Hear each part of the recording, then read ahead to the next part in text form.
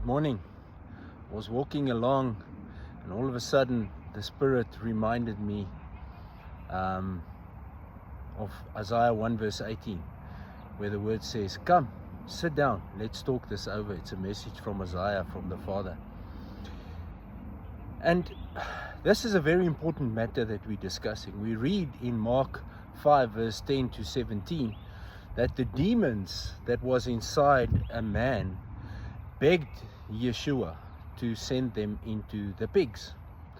Now, Yeshua sent them into the pigs, and the pigs ran over the cliff and fell into the sea and drowned.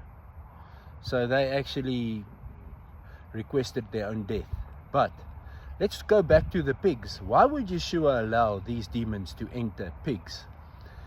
Pigs were considered unclean animals, right? Pigs were not considered as food.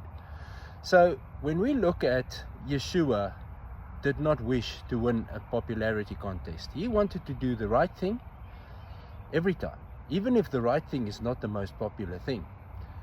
Now, since pigs were not considered as food, and we akvot ve Yeshua, it's our desire, deepest desire in our hearts to walk in the footprints of Yeshua, where pigs were not considered as food.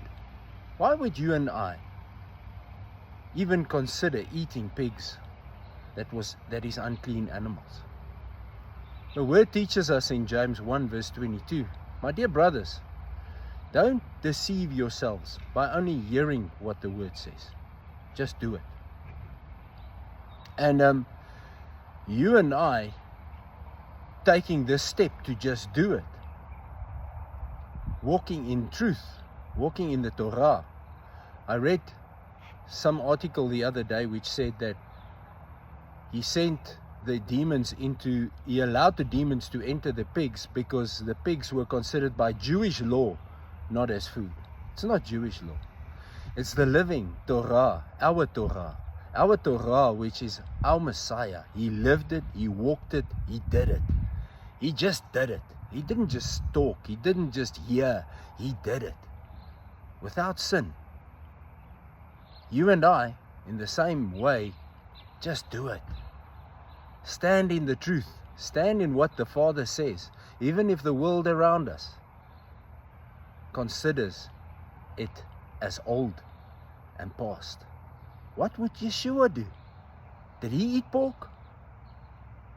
Akvot ve Yeshua, walking in his footprints. May grace and shalom be ours in full measure.